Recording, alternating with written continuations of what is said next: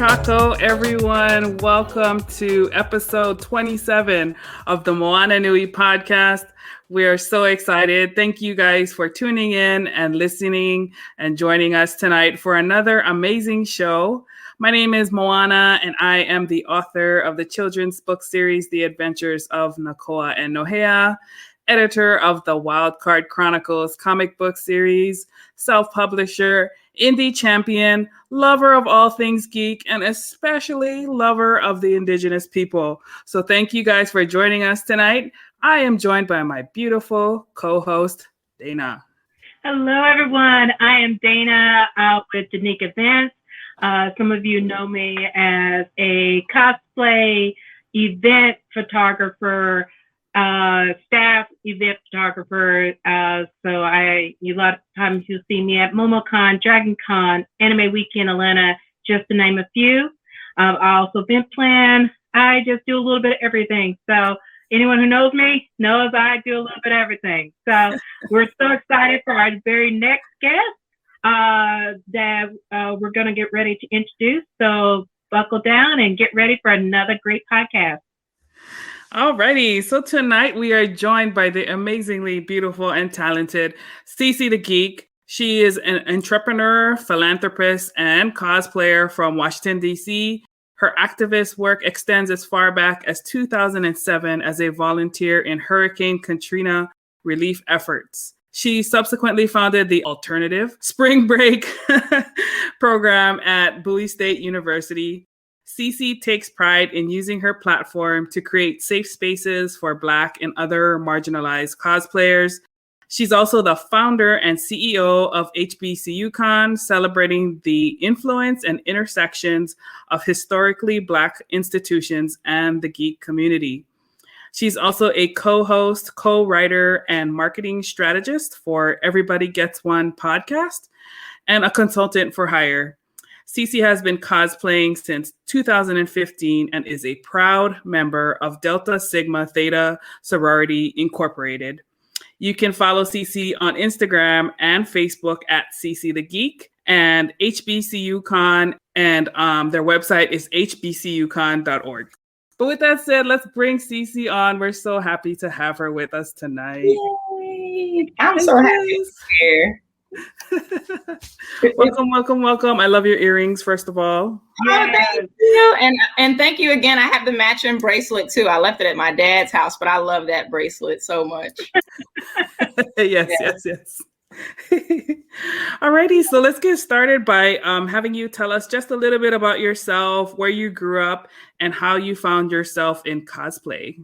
Sure. So, of course, originally from Washington, D.C., and that was a very interesting time, right? Because I went from living in DC to living in Prince George's County to then living in Montgomery County. And at the time when I was living in DC was very different than it is today. So I had a very interesting backstory where I kind of saw my parents go from being barely scraping by to doing fairly well for themselves.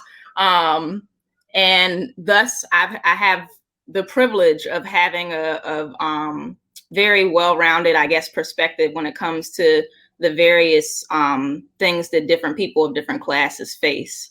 Now, of course, I am a proud HBCU graduate, and those 4 years at Bowie State truly shaped a huge chunk of who I am. And really made a lot of things in my childhood make a lot of sense and charted the course for the path that I'm on now. And it ultimately led me to meeting you two wonderful women. So I, of course, graduated from Bowie State University in 2009.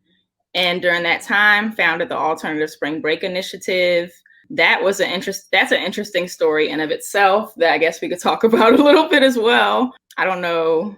Yeah, I guess that's my elevator speech. And then cosplaying in 2015, I have done some work in addition to that. After I graduated, I actually worked at NIH under Dr. Fauci's leadership for about 7 years, contracting there. And then after that, I did some work for various nonprofit organizations including in women's rights and racial justice as well. So just very excited and just happy to be here. Sorry, y'all. I can't stress that enough. We're excited you're here too. Yeah. Well, so of course, you talked about of you attending, an historical Black college at Bowie State University. Can you tell us how your experience there not only shaped you as a person, but also your inner geek? Yes. Oh my gosh. And it's so funny because I feel like I can't even separate those two. I can try, but we'll see how it works out. When I first got to Bowie, my freshman year, my father was actually campus police, so that was interesting. He did his best to leave me alone. God bless him. Okay. But I found my tribe at Bowie almost immediately. Outside of my sorors, of course, in Delta, I met my tribe. Like, I have friends from college who we have been friends since freshman year. Like, first semester I arrived freshman year, and I was part of the university's honors program.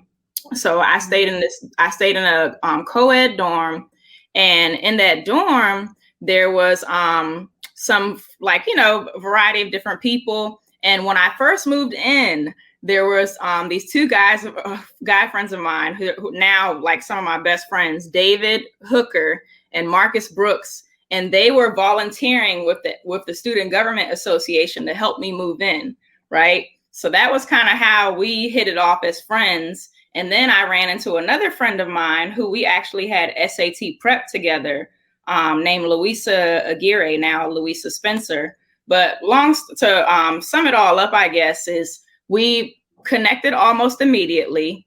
Marcus and David's dorm room just so happened to be the room one floor beneath mine.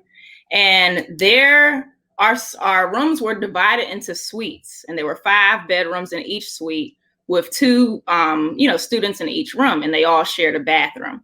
So David and Hooker's, we call him Hooker, not Dave. We call Hooker and Marcus were like the epicenter of that suite, right? And there was a whole setup, like what you see in Moana's background right now. That's how the dorm looked. Like, there was like multiple TVs. Some people are watching, Heroes. Remember the show Heroes? Save the Cheerleader, Save the World. That was our jam back in the day. We were watching anime, subs and dubs, and then the other TV, people were playing video games. Like, it's Guitar Hero, it's Dance Dance Revolution, it's all of that going on. So, and we would just hang out there. Like, it literally was my second dorm room.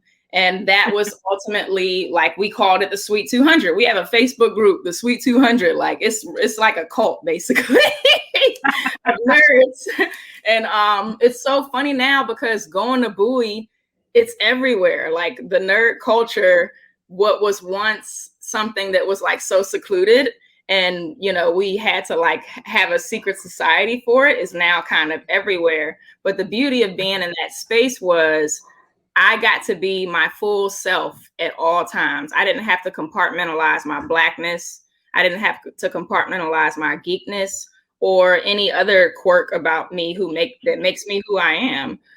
They just accepted me for all of my flaws and all of my weirdness and all of my boldness. And that was something that I've really come to appreciate. And I'm proud to say that most of those people, in fact, the 3 people I just named, are actually a part of my executive board. And it's really just a labor of love. And HBCU Con, in that essence, has really been years in the making for me, if not a lifetime in the making.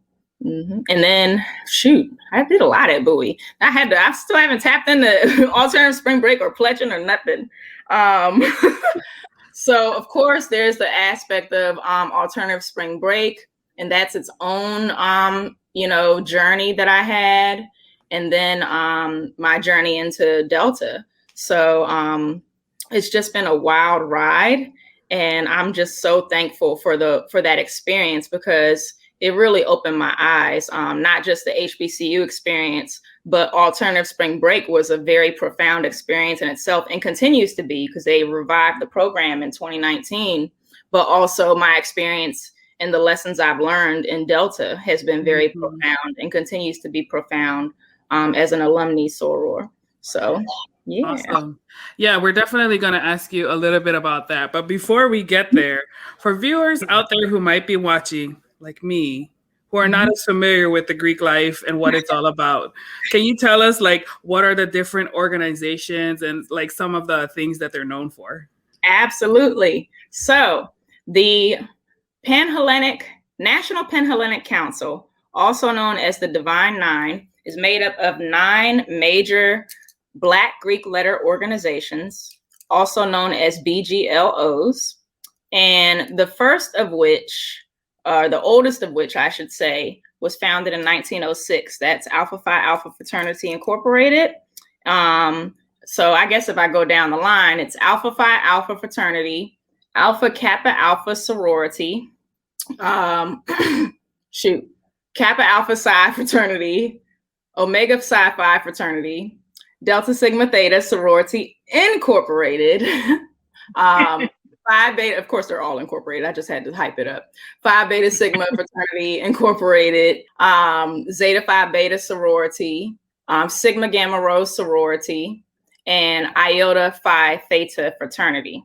So just a really well-rounded, and all of us, have various principles, various initiatives that we kind of focus on. One particular thing that I enjoy about Delta is that it has a 5-point programmatic thrust. So it's very well-rounded in terms of its servitude, like economic development, educational development, political awareness and involvement, environmental awareness and involvement, and physical and mental health. So that was something that was very appealing to me, the fact that it was just so well-rounded. And then you have organizations like Sigma Gamma Rho, where they were founded by teachers. So they focus heavily on education. And I actually would recommend to our audience, if you want to learn more, there's a really good book called The Divine Nine, and it was written by Lawrence Ross, who is my friend on Facebook. And he's a really good professor based in California. He's an alpha, and he does public speaking events talking about racism on campus. So he has a really good book, and it's a chapter for each organization. And it's a really good place to start. Like if you don't, if you're just like a deer in the headlights, like I was when I first went to school.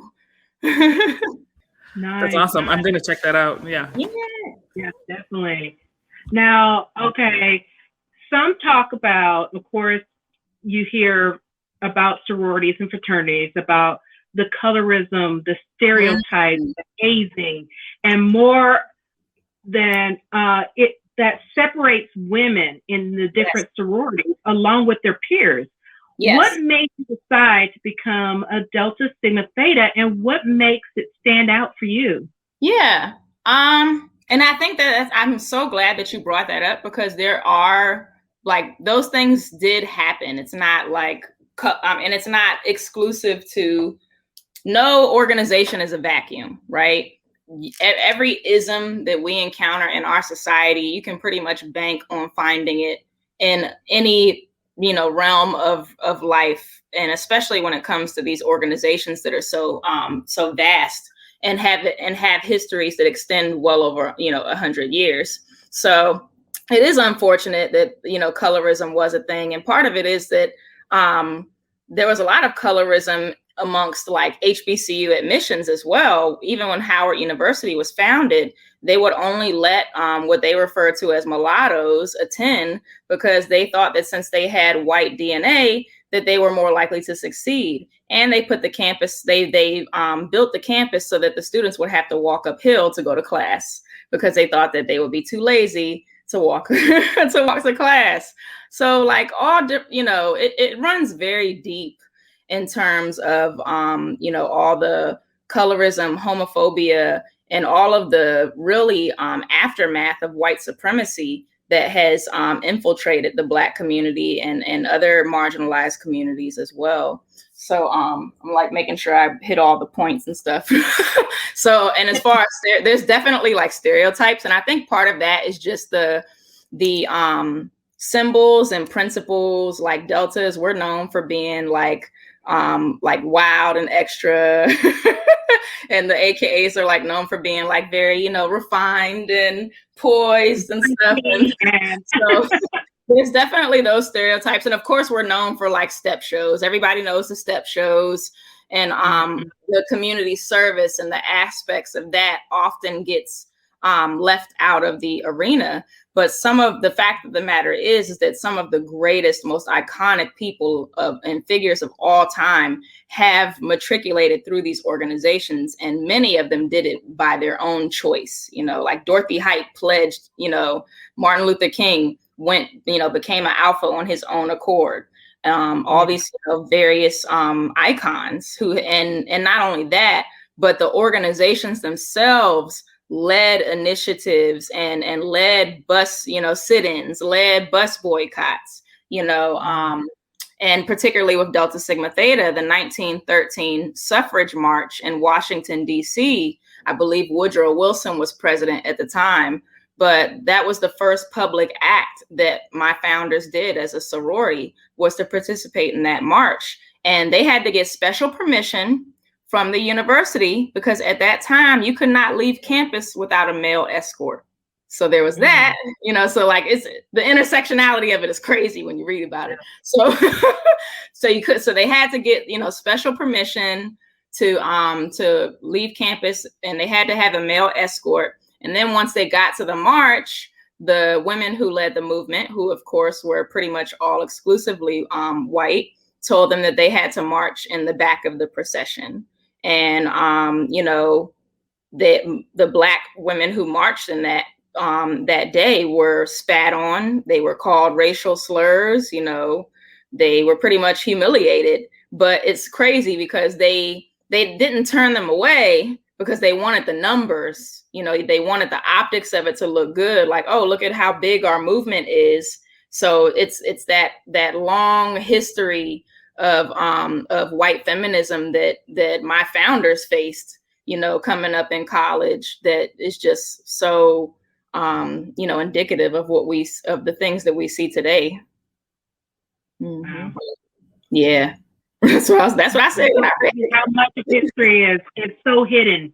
Yeah. So much of POC and Black women history is so hidden from most people's view that you don't realize that how the additional suffrage that so many of them went through that we don't even hear about unless you did the extra study or somebody told you about it. Exactly. Yep. That's a fact. That is a fact. Yeah. And interestingly enough, I think it's also very telling that, like, if you read up on our founders, for example, you know, some of them we know a lot about, and then some of them we don't know much about because they all came from different backgrounds. Some of them had, you know, some of them came from, you know, wealthy families. Some of them came from families that weren't, you know, and there were some of them who died young.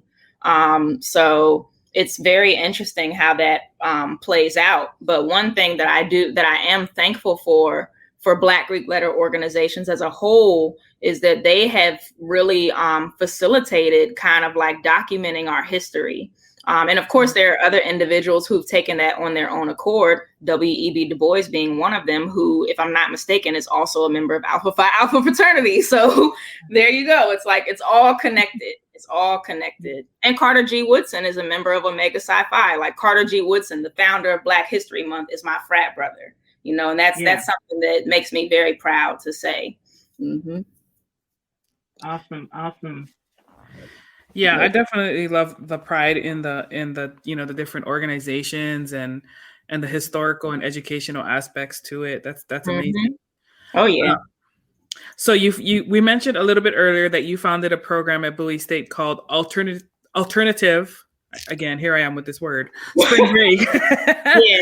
Tell us a little bit about that. What was the program's mission and what were you able to accomplish? No worries. And the kids call it ASB now. You know, everything's an acronym with them. So, but that was such an interesting journey because they had, so our campus had an organization on the yard called Baptist Campus Ministries. And I didn't know that it was there up until I saw a flyer that was advertising the alternative spring break mission. And Hurricane Katrina had happened in 2005, but this was advertising for a trip in 2007. And I was like, oh, I didn't even think they still needed relief. But, 2 years later, which is crazy. But okay, I've never been to New Orleans. I love, serving the community.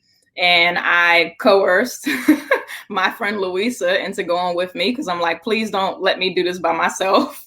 And we went, and it was like a straight mission trip. Like when we arrived in New Orleans, and it was about 10 Bowie students. So it was a joint group. It was 10 Bowie students, about 40 or so students from the University of Maryland. And then there were also some students from Anne Arundel Community College. So when we got to New Orleans, you would have thought that the hurricane hit like a week ago, like wow.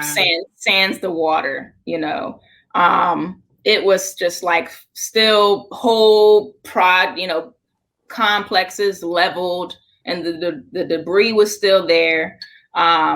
You would walk in, through neighborhoods, and all the houses were marked with numbers, and the numbers all meant different things. One number meant how many bodies were found. One number meant this. Like, it was crazy.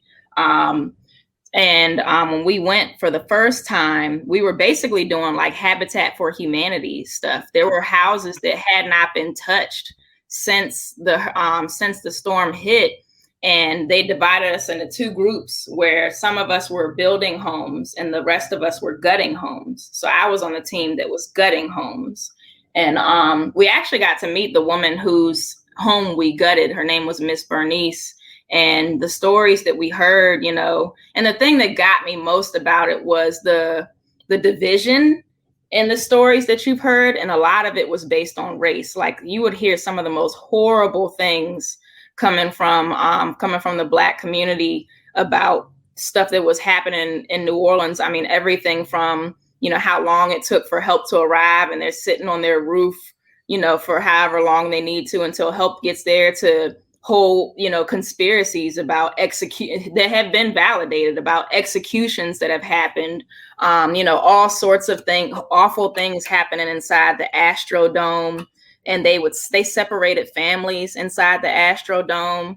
They divided them up, men, women, and kids. So like some of the children were sexually assaulted in the Astrodomes. Like, it's crazy. And it was just really an eye-opening experience. And at that point, it was like resources were still like running water was a commodity at that point. We had to shower. We stayed at a church and we slept on the floor in sleeping bags. And we had to shower in a trailer. And we all had a maximum of 7 minutes to shower. So I was just like, okay, we're out here roughing it, I'm sure this is nothing to someone who's served in the military, but for a first worlder, it's rough. So, I won't say first world. I'll say developed world, I guess, whatever you want to call it. But at any rate, it was just interesting coming from DC, where we have among some of the highest GDPs in the country, and we don't really want for anything in terms of like resources as a city, I guess.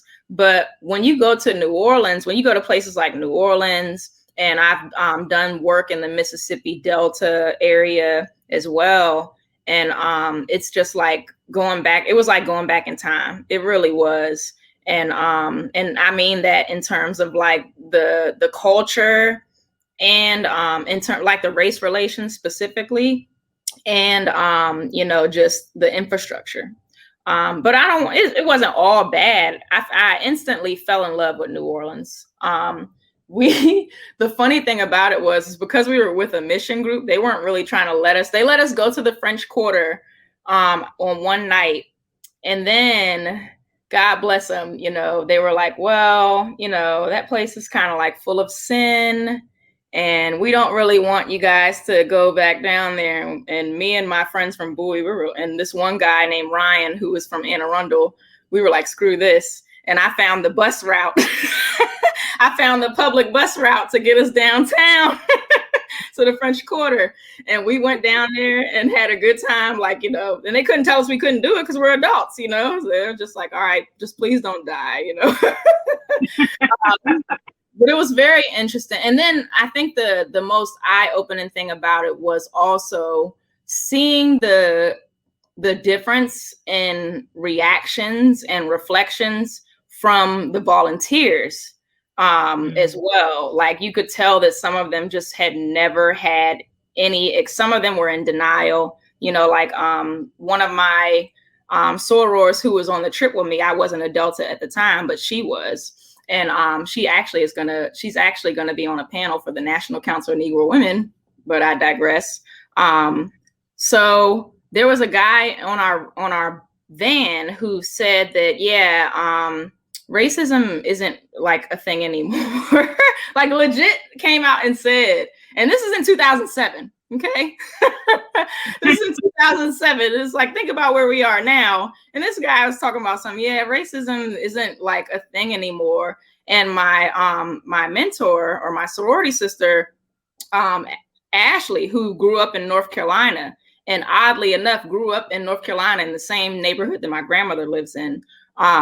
But she was just like, I'm from North Carolina, and I can tell you that racism is still alive and well.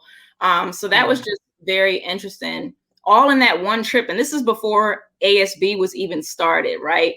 So I came back from New Orleans, anxious. I had so many mixed feelings, and I was like, you know, I fell in love with the city and I wanted to continue to do the work. But there were certain things with the groups that we were with that kind of like turned me off to that experience. And I'm like, well, no wonder, you know, we don't, you know, have the numbers that I feel like we should. And when we were in New Orleans that first year, Howard University was there, and they had like 300 students there. So I'm looking at them, and that was when it hit me. And I'm like, why can't Bowie do that? Why can't Bowie do that? You know, so I got back. I immediately went to the director of the honor student organization, Dr. Monica Gross, and she's still there, love her to death. And then she referred me to now retired vice president of student affairs. Well, he's not retired. He's at Frostburg now. But he was the vice president of student affairs at that time, Dr. Artie Travis. And once she connected me to him, it was like the rest was history, essentially. He and I pretty much planned the first official trip by ourselves. And then that subsequent year, I had a committee, you know, I had a student committee. So it was really cool to see that. And then actually the year I graduated, I won the Presidential Student Leadership Award for the work that I did and for starting that organization. And that was an award that was traditionally given to the president of the SGA because they were the ones who did the most work, you know? So that was just really cool to have had that experience. And of course, you know, it ultimately influenced and solidified my desire to pledge Delta and my desire to make a life of helping people, and particularly marginalized people and Black people. Mm-hmm. Very nice. Very nice. Yes, ma'am. Now, of course, you mentioned a little bit at the beginning, but tell us about your first experience attending a fan convention and what it was like playing for the first time. Okay.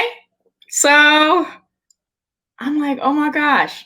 Okay. So my first fan convention was in 2015. It was actually Baltimore Comic-Con. That was the same con that I first met the lovely Moana at. I think it was 2016 that you and I met, however. But 2015, I had just started a new job. And so I had a little disposable income, and cosplay was something that I had always wanted to do. And there was a show that came on a few years prior to that called Heroes of Cosplay on Sci-Fi. And I just fell in love with that. Me and my best friend were roommates at the time, Aaron. And Aaron and I fell in love with this show. We fell in love with Yaya Han, who was just, like Yaya Han was just like this wonderful person. And she's like, what can't she do? Yeah. And it was just really cool. And Aaron and I, we were just sitting there in our rooms, like with this pipe dream, like one day we're going to do this and, we're going to be cool just like them. So I just decided I'm going to do it. Mm-hmm. And I went to Spirit Halloween and I bought a Black Widow Age of Ultron costume. And my friend Emily, who I went to high school with, she was the one who kind of first told me about it. And we were like 16 and she's like, yo, there's these conventions and there's geeks. And she's like, these geeks, they get together and then they geek out. And then at night they party and then they just have wild parties. And sometimes they do other stuff too. And I'm like, okay, I don't want to know about all that. It's a bit much. Like, I'm 16. This is a little too adult for me, but it sounds really cool. I want to try this one day. So Emily joined me, as well as my dear friends, Bryant and Tracy. And we just walked around the convention halls. And it was so striking to me because people were asking to take my picture. And I'm like, y'all want to take a picture of this? Like, okay. So, and I know, but what I noticed was that most of the people who asked to take my picture looked like me and looked like members of my family. So I'm like, maybe there's something to this. Maybe there's some sort of importance or significance to someone looking like me walking around in these costumes. And it's funny because I ran into one other Black Widow throughout that whole weekend. And I took a picture of her. She was with Nick Fury. And I love that picture. But it was just like, going from that to like finding the one other Black woman who was like cosplaying my character to now, if I go to a convention cosplaying as any of my characters, I'm going to see multiple Black women in the same costume 9 times out of 10. And that's just really the beautiful thing about it, is seeing how big and how vast the blur community has become, over the years. So, yeah. I know it's a long-winded response, but right. Love it. No, that's really, really cool to hear. So, you've come a long way since your first con, and a few years ago, you came up with the idea for HBCU Con. What inspired you to create it, and what are some of the goals that you have for your event? Yeah, awesome. It's so funny that you mentioned that, because I think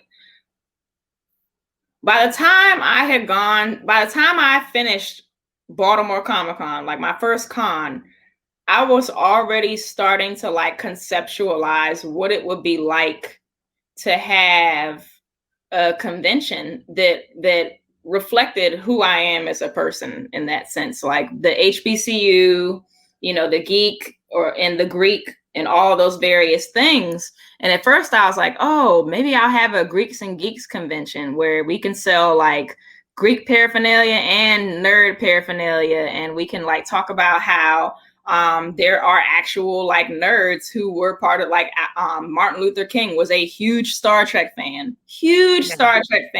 who convinced Nichelle Nichols to stay on the show when she was considering leaving for Broadway, because Broadway was more her bag at the time.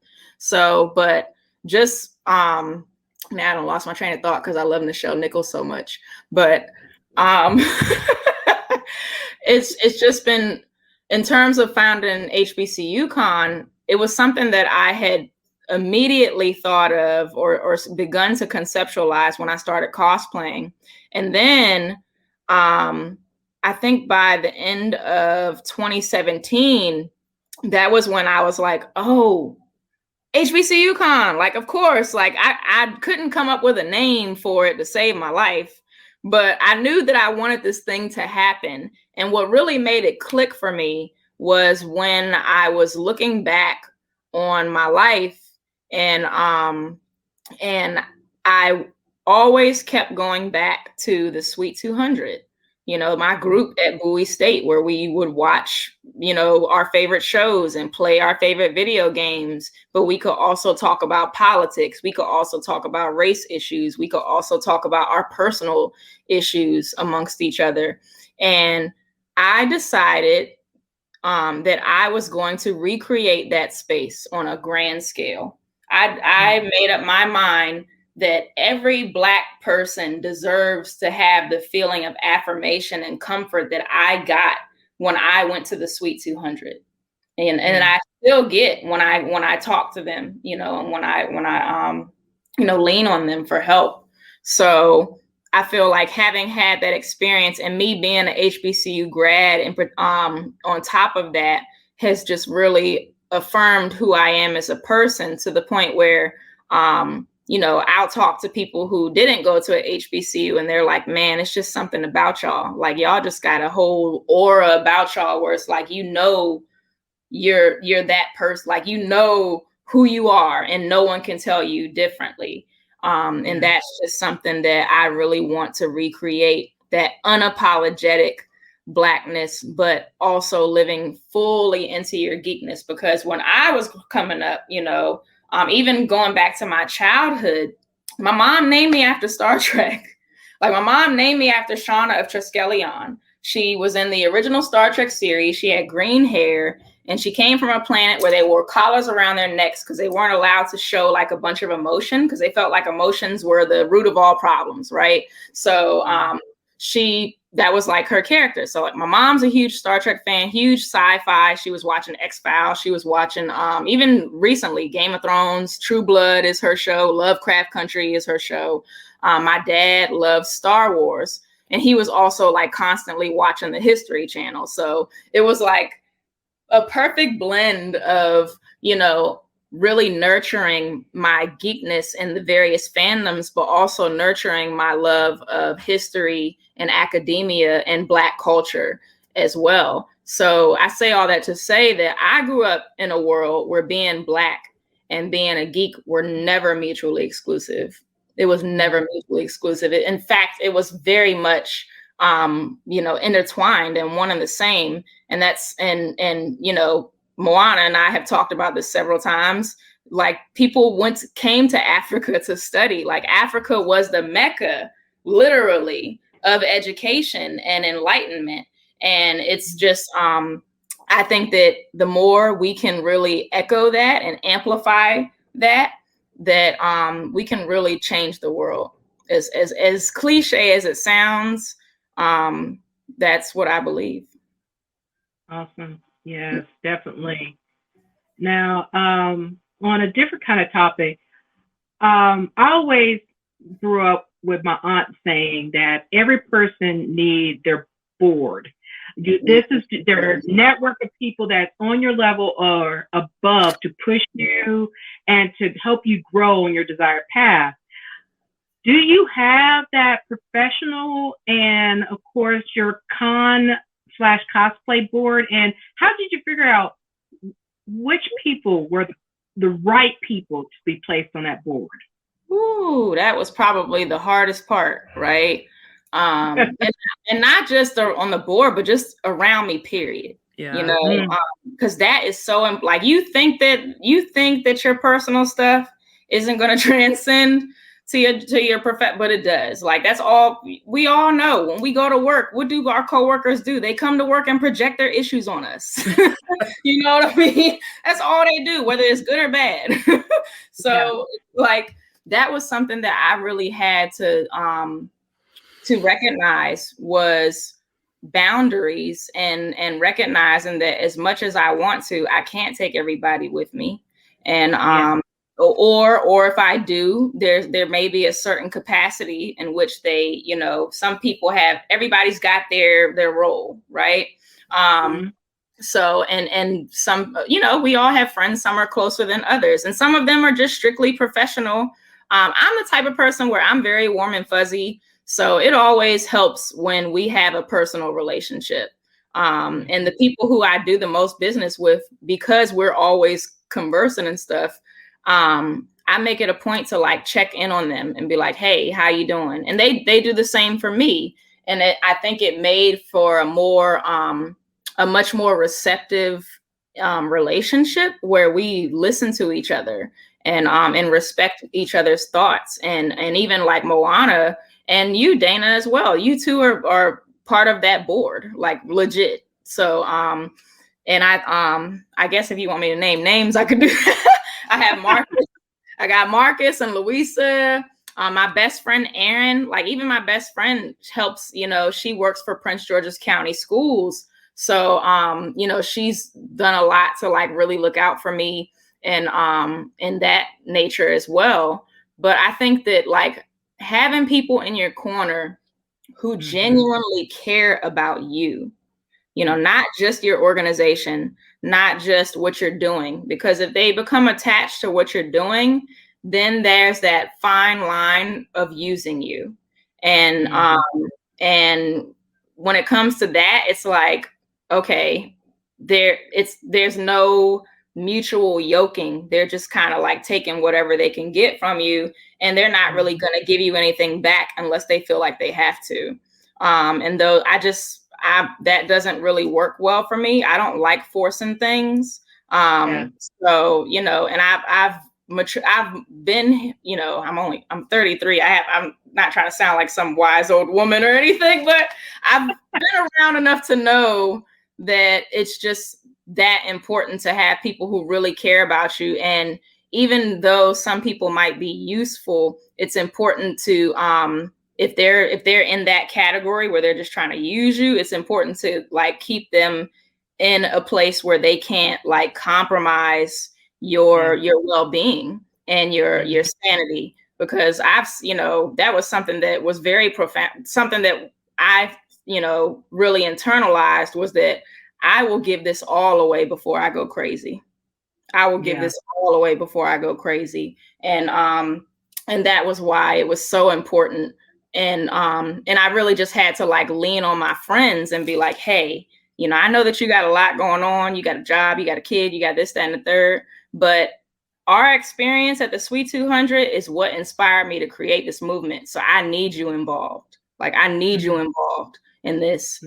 And all the cosplayers and stuff who I've found in this community, like Wendell Smith, who is our vice president, and he's just like, shout out Wendell. Yeah.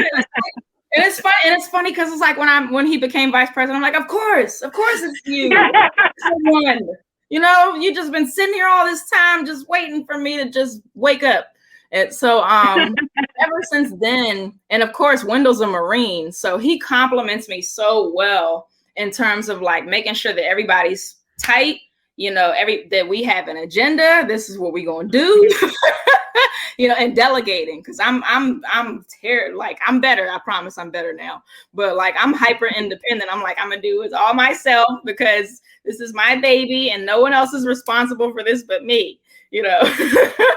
But Wendell has done a really great job of helping me like get it together as the CEO. And I also want to shout out just as important as my mentors, Ian Freeman, my publicist, who he's great. So 4 things I would highly recommend any entrepreneur has, right? When you're starting a business, you need a publicist, you need a lawyer, you need an accountant. And there was one other thing, I can't remember what it is. You need a publicist, a lawyer, an accountant. And I think that those are like the big 3. Definitely make sure you have that in check. But also, as equally important as having mentors, you got to have a mentee, and that was something that has been even more of a journey, because it's like, you think disappointing your mentors is bad. The thought of disappointing a mentee is something that haunts me almost every minute of my life, and they're so precious. Tyra Harrison, who is our director of marketing, she's our social media manager, and she just graduated from Bowie State in December of 2019. And then we have Olatunde Floyd, who is our program coordinator. And also just a slew. I feel like I could really talk for a full hour talking about who all my mentors are. Professor Teo, I really want to highlight Professor Teodros Makeshua, though, from Bowie State University, because he really like was a godsend in terms of helping us get the resources to actually secure space and to secure a partnership with Bowie State's Department of Fine and Performing Arts. And even prior to that, he was chair of the Visual Communication and Digital Media Arts program. So we initially partnered with them, and then he just recently got promoted to chair of the Fine Arts Department. So now we're working in conjunction with the entire department. And it's just a really beautiful thing. And actually, we have a panel coming up on the 24th. Our flyer is going to drop soon. But we're going to have a panel, and it's a part of Bowie State University's official Black History Month celebration, which is facilitated by their history department. But the history department is working in conjunction with all the departments and stuff. So we're going to be presenting A Different World HBCU Geeks on February 24th. That's a Thursday, and I believe it's going to be at 6 o'clock. Don't quote me on the time though, but it's definitely going to be on the 24th. So it's just been a wild ride in terms of like all the relationships I have made. And I think that that's something that's so important. Like, I don't have a lot of money, you know what I mean? I'm not, you know, there. So a lot of people are like, well, what do you got to do to start a con? What do you need to start a con? And the answer is usually money, because let's face it, you need money to do anything. But if you don't have a lot of money, right. But it's like, but if you don't have a lot of money, and even if you do, you know, it shouldn't dictate how you treat people. But the relationships that you build are paramount. It is paramount to your success. And like the things that I've done and the relationships that I've built and the random acts of kindness that I have shown people come back, like even if it's like 10 years later, like it always circles back to you, and you just never know who's in your corner waiting to support you. And it's like, all you got to do is build it. All you got to do is build it, and they will come. Yeah, I totally agree with that. So because of your equality views, along with being a Black woman cosplaying, you've dealt with your share of keyboard warriors and toxic people in cosplay and the con world. Yes, ma'am. As well as social media too. Yes. How have you been able to deal with the toxicity and make your own mark in the space? Wow. Mm-hmm. And I think even more importantly than equality, equity is something that I've learned to like really differentiate. Like, I was very equality up until I started doing nonprofit work. I'm like, nah, equity is where it's at, you know? So, but in terms of like, of course, as we talked before, no community is a vacuum. No matter where you go, you know, so I don't want people to be deterred from the cosplay community because of whatever rumors you may have heard or what have you about the community, because no matter where you go, it's going to be some stuff. It's going to be some stuff. Absolutely. Yeah. And it was definitely a challenge for me at first, because I'm somebody who takes a lot of pride in you know, how I treat people. And I take a lot of pride in my integrity, and being kind of like painted in a way that doesn't fall in line with who you feel like you are is kind of like traumatizing a little bit, especially when it's done in a large forum. And you kind of like see people who you thought cared about you or thought you could trust kind of like alienate you.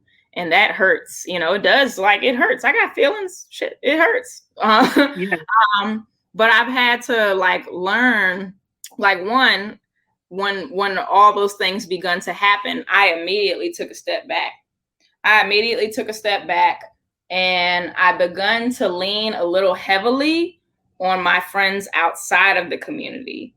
And I think that kind of, and not even just my friends outside of the geek community, but particularly outside of the cosplay community, because there's levels to it, right?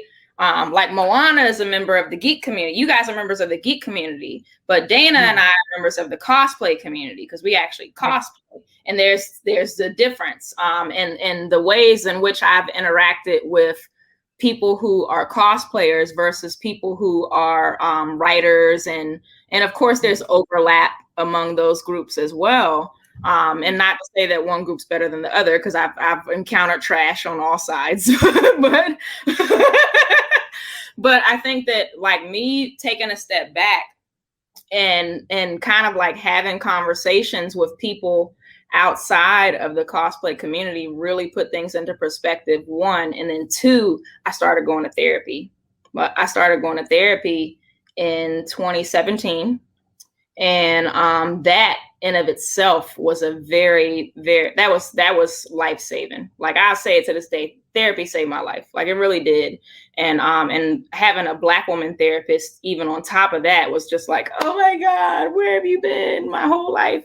So to those who have the resources, I don't care what issues you have or think you don't have. Like, even if it's just a check-in every couple of months, get a therapist. Like, please get a therapist. It's been a wonderful experience. Now, it wasn't all pretty and fun. You know, I had to face a lot of my own stuff, you know, and like the ways in which I allowed things to happen or ways in which I contributed to, you know, making a bad situation worse. Or because I'm not perfect, I'm not going to sit here and try to pretend like, oh, I didn't, you know, I've never made mistakes in my life. I've done things that I'm not proud of, and said things that I'm not proud of. But at the same time, you know, I also recognize that even with all of my flaws, the person who I was back then didn't deserve that. And I say I want to echo that because I know that there are other people in the community who feel the same way. So just try to like, my whole thing was, once I took a step back and I reflected, I'm like, do I really still want to be a part of this community? Because that's what my therapist, that was one of the first things she said. She's like, do you even want to be a part? She's like, it sounds messy. And I'm like, you know, when I thought about it, I'm like, this is kind of like what this community has kind of been something I've been waiting for my whole life. So if I'm going to stay here, if I'm going to, you know, stay in this community, then I want to make sure that I make a mark in it, and that, you know, really honing in on the ability to create a space in the way that I envisioned it, in the way that I envisioned how cosplayers should be treated, or the way that I envisioned how our Blackness, you know, should be presented or not presented, you know, just really kind of resonated with me. And that was something that was paramount to me. So I'm like, if I'm going to stay in this community, then I want to make sure that I am a part of the solution and not a part of the problem. And that was when I ultimately started HBCU Con. And I'm just thankful to have a good mix. Like, we have a good mix of cosplayers, but we also have geeks who are both engaged and not engaged in the community. So it just really makes for a very well-rounded team. And just constantly, and even now, like, I vent, you know, if I have issues, whether it's professional or personal, I have people who I call like immediately, like my publicist is someone who I call. I'm like, all right, what should I do? Or Nuri and Moana are people who I call, like, I'm Facebook messaging, like, all right, you know, or even if it's just a distraction, you know, like I'll hit them up and be like, hey, how can I help you? Because y'all are people who I believe in. Y'all are people who I know that, you know, will, you know, appreciate the work that, not only appreciate the work that's done, but do it in a way that, you know, kind of aids to helping the community more than just like, you're just trying to make money off of it. So, and same with you, Dana, you know, as well. Like, when you were, I remember you being there, like, anytime I'm in Atlanta, you're always there, and you're always like working hard. Black Geeks of Dragon Con, you know, and like really admiring both of you as photographers as well, because there aren't a lot of women photographers in this community, especially women of color. So just it's been crazy, like all the stuff, but looking back on it, I really don't think I would change a thing, because it's like I'm here now, and I'm just I feel so blessed to have come this far that I just can't stop now. I can't. Mm-hmm. Definitely. Now, another thing that us women have to deal with is oftentimes women have to deal with doubt of their geek side, because it's the preconceived notion that women only say they like these things. It's either for clout or because of a guy. Right. How do you try to beat this notion that continues to be echoed not only within the geek space, but especially those that are Black geeks? Because that's where we hear it the most. Yes, we do. And I definitely think that you're right. And particularly it's kind of unfortunate because, like, if you were to compare, like, one of us with a white woman geek, then we're more than likely going to probably have our card pulled. So even by our own people, which is crazy. So, but that's something that like, even when I first came out as a cosplayer, people tried to discredit me because I was a Delta. And that just did not compute for me at all. I'm like, but the benchmark of being a member of this organization is academic success. Like, I didn't understand. Like, what do you mean? Like, how is this not the same? So, and then, because of how I look, like, people just always find a way to size you up, no matter who you are. And I think that that's something that I really just want people, like, no matter what it is, if it's like lack of body positivity and people fat shaming or whatever, or, in my case, like, especially once I lost weight, I got hypersexualized, a lot. And I actually got kind of sexually assaulted at my first convention experience by a vendor, who, like, put his hand a little too low on my back when he asked to take a picture. And then he was like, oh, the picture didn't take, can we do it again? And then he did it again. So it was like, and I was like petrified in that moment, and I wound up reporting him after the fact. So, but it was just, the misogyny in the community is something that, quite frankly, I have never encountered this level. And I think part of it is also because it's really adjacent to the entertainment industry. But I've just never, and I guess I've been spoiled too, because I also worked in the feminist movement. So there's that. But just never really encountered that level of like constantly doubting me because of my gender. I've been doubted because of my race all my life, but never so much because of my gender. And that was just something that was very odd to me, because when I was coming up in school, all the way through college, I was literally labeled a nerd. Like, they're like, no, you're a nerd. There's nothing you can do about it. Sorry. And then once I joined the nerd community, they're like, no, you're not.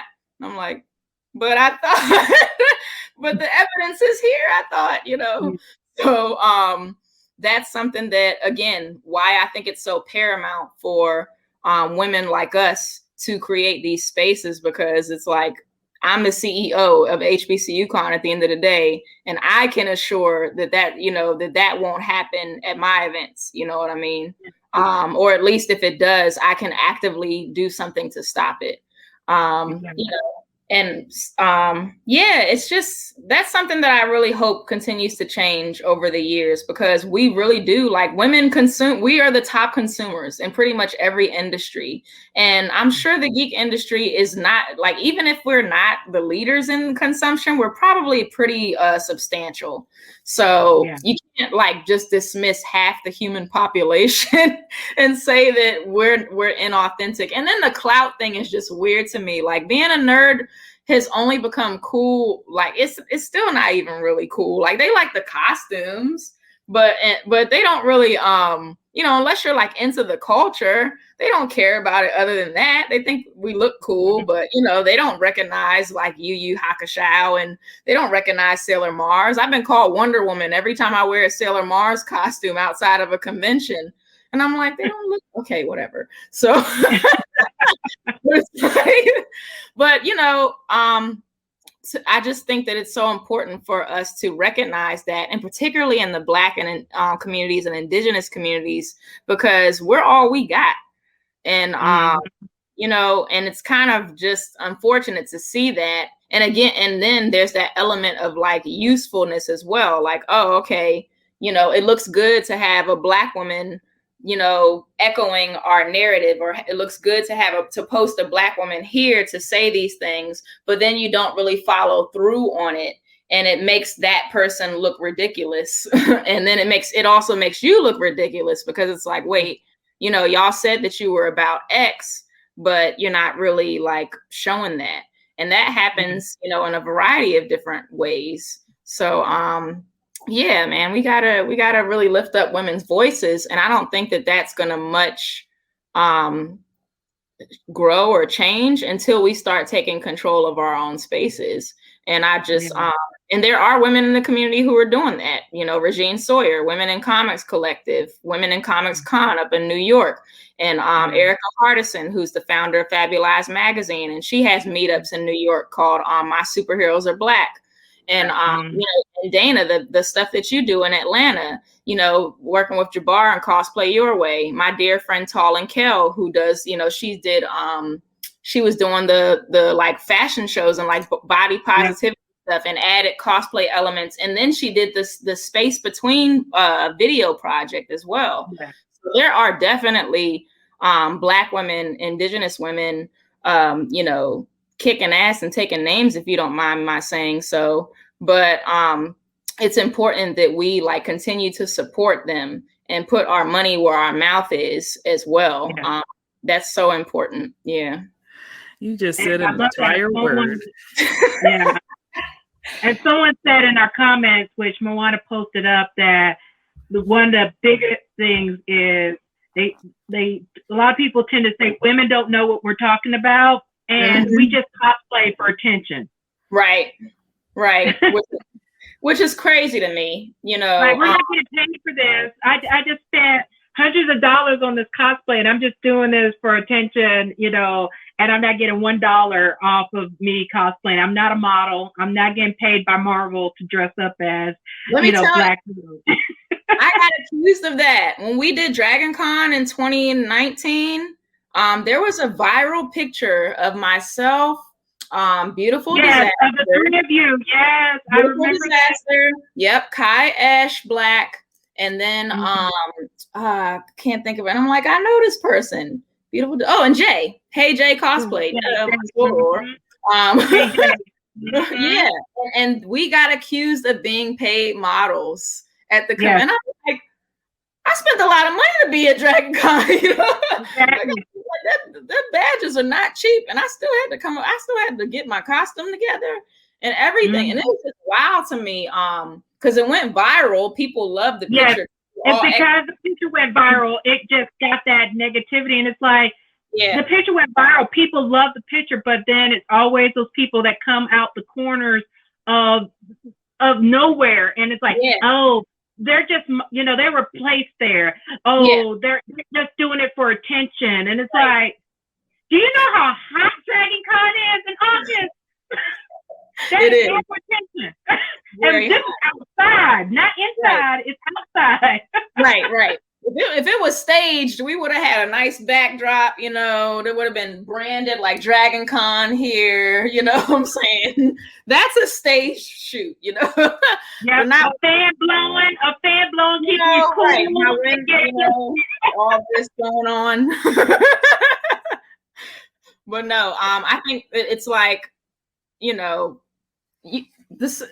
if you yourself as a Black man or Indigenous man or whatever can be a nerd and genuinely enjoy it, then it's like, why couldn't your female or non-binary counterparts do the same thing?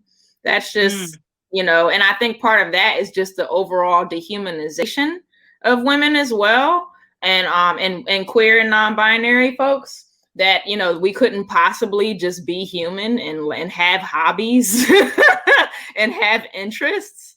So really just unpacking that on a human level, because that's ultimately, you know, where we're at. And I'm thankful for my experiences as an activist, because I was able to quickly identify those dynamics within the community. All righty. So let's wrap it up with one last question. What does being a hero mean to you? And what is it like having your very own heroine character in a comic book series? Yeah. Oh my gosh. So HBCU Con has 4 core values, right? Art, culture, scholarship, and integrity. And out of all those, integrity is probably the one that I hold up the highest, because without integrity, all of those other 3 things fall through the cracks. And that was just, to be a hero, integrity is the core value of being a hero. Like doing the right thing, not what's convenient, you know, not what's going to get you a personal gain in that moment or in the long run, but what is really like the moral and just thing to do in this situation.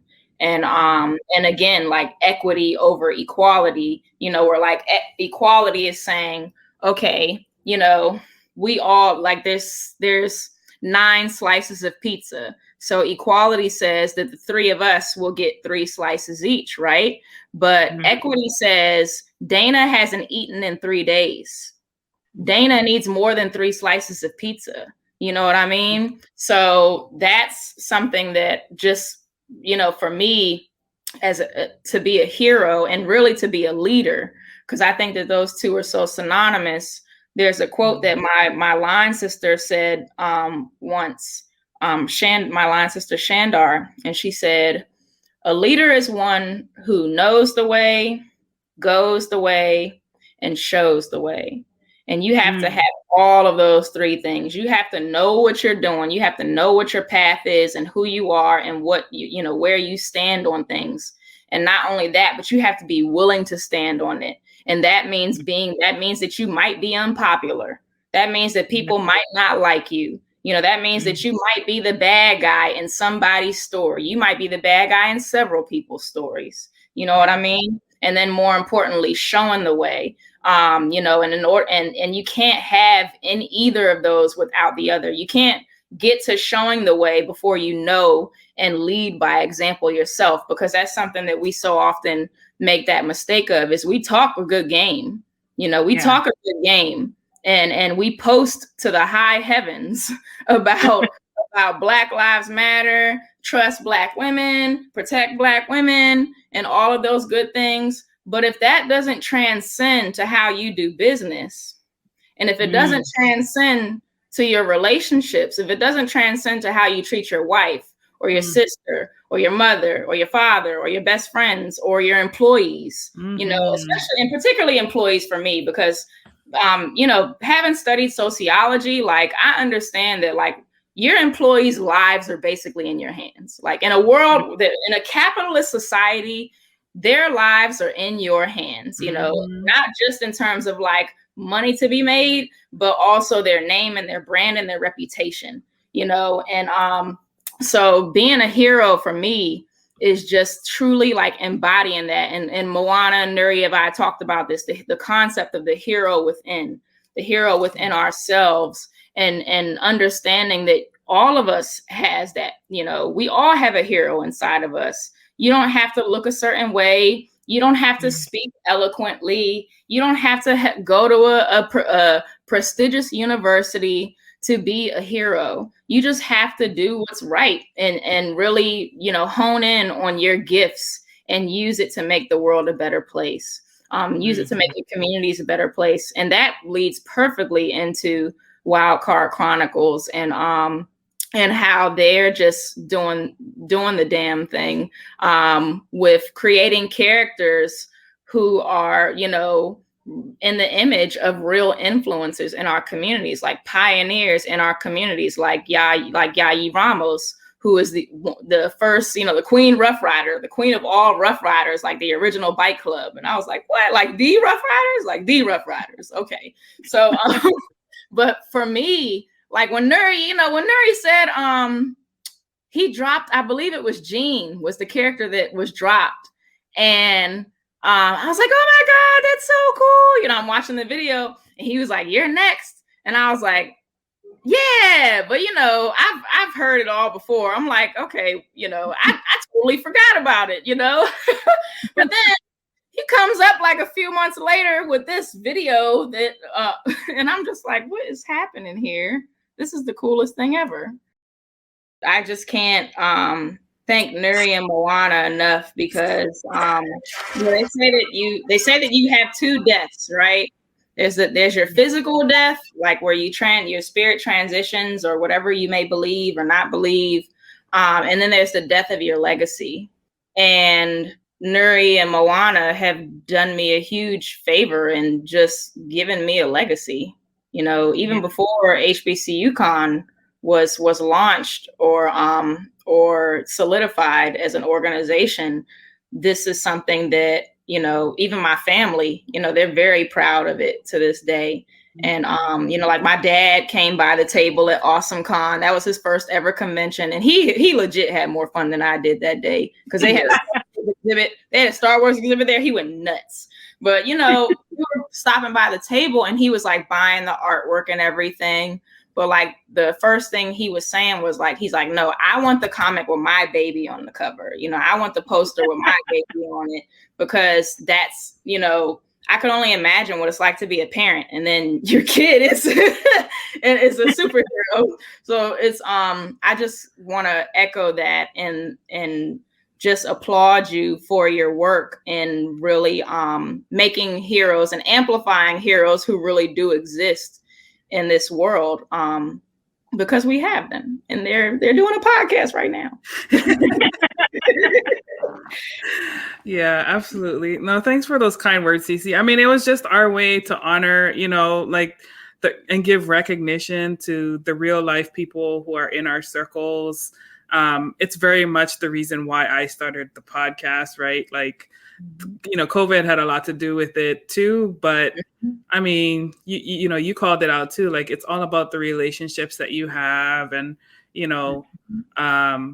I think the podcast is a way for people to understand, the real life people behind these amazing projects and the skills that they bring to the table and all of the hard work that folks are putting in. Because, I mean, especially in the independent community, like, we are not making money like people think we are.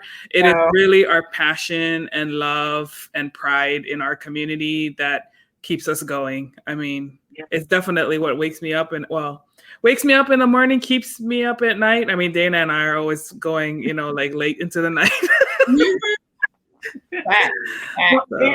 of us will say we're going to bed, and then we're still chatting after midnight. Yeah. And it's like, okay, we are going to bed. That is awesome. Right. Right now, it's 5 a.m. No, that's awesome. And even it's funny because like I woke up this morning and I was kind of like, I've had a few days because it's a pandemic, and last year was traumatizing for all of us on various levels, and we're still processing it. So I have mornings where I don't want to get out of bed. And then I'll start getting messages from my team, or I'll see the 28 Days of Black cosplay post for today. And I'm like, oh, it's time to get up. I got a team, I got a team to lead, so, to your point, Moana, this is like, this stuff really does get me up in the morning, and it's what I dream about at night. So, it's just wonderful to be in this space with you too. And this podcast is wonderful as well. Thank you, sis. Thank you. Alrighty. So we went a little bit long tonight, but it was so worth it. We had a lot to talk about, and CC graciously gave us a little bit of extra of her time. So thank you all so much. Thank you to our listeners out there who are, watching and enjoying the show. We really appreciate your time as well. And we hope that you feel welcome within our community. I'll just give one shout out again to our season 2 of the podcast, our sponsor, Chat and Draw by Mike Watson. He has an active Kickstarter campaign right now, a couple more days left. I think he's very close to one of his stretch goals, which I believe is $5,000. Yeah. So he has it's a similar show. He brings folks on, creators, cosplayers, different types of people. He's open, to expanding his audience in a lot of different ways. But he's an amazing artist, and he chats with you just like we do right now. But he also draws during it, and at the end you can see like what he has created for you. So he has a couple guest spots in that campaign, and then he also has some amazing sketchbooks of all the art that he has created. I think he's up to like 120 episodes now, which means 120 pieces, which is to me is amazing. Right. So definitely go and check that out. We will also be in an anthology that's dropping on February 15th on Kickstarter. It's 4 pages, 16 bars by Brother Jibba. And so be on the lookout for that. Subscribe to our YouTube channel, share it, like it, help us expand our community, because I know there are a lot more people just like us who would love to have a space where they could come and learn more about the movers and shakers of our community. So once again, thank you guys so much for joining us. Dana and CC, any last words? Please follow CC on Instagram, Facebook, Twitter, along with HBC Con. Also, for the podcast, we are on Facebook. We're on YouTube, as Moana said, and we're also just recently got on Twitch. So if you're more of a Twitch person versus YouTube, follow us there. You can watch us live when we have these podcasts on every Thursday and be able to follow us there. So we have 3 platforms. So there's no excuses. 3 platforms. That's dope. I guess if I have anything else to say to folks, since you already did me the great service of shouting out my social medias, is I know that times are hard right now, and no matter what your situation is, just keep going. Alrighty, everybody. Thank you again for tuning in. Take care. Be kind to one another, and we will see you on the next show. Bye-bye.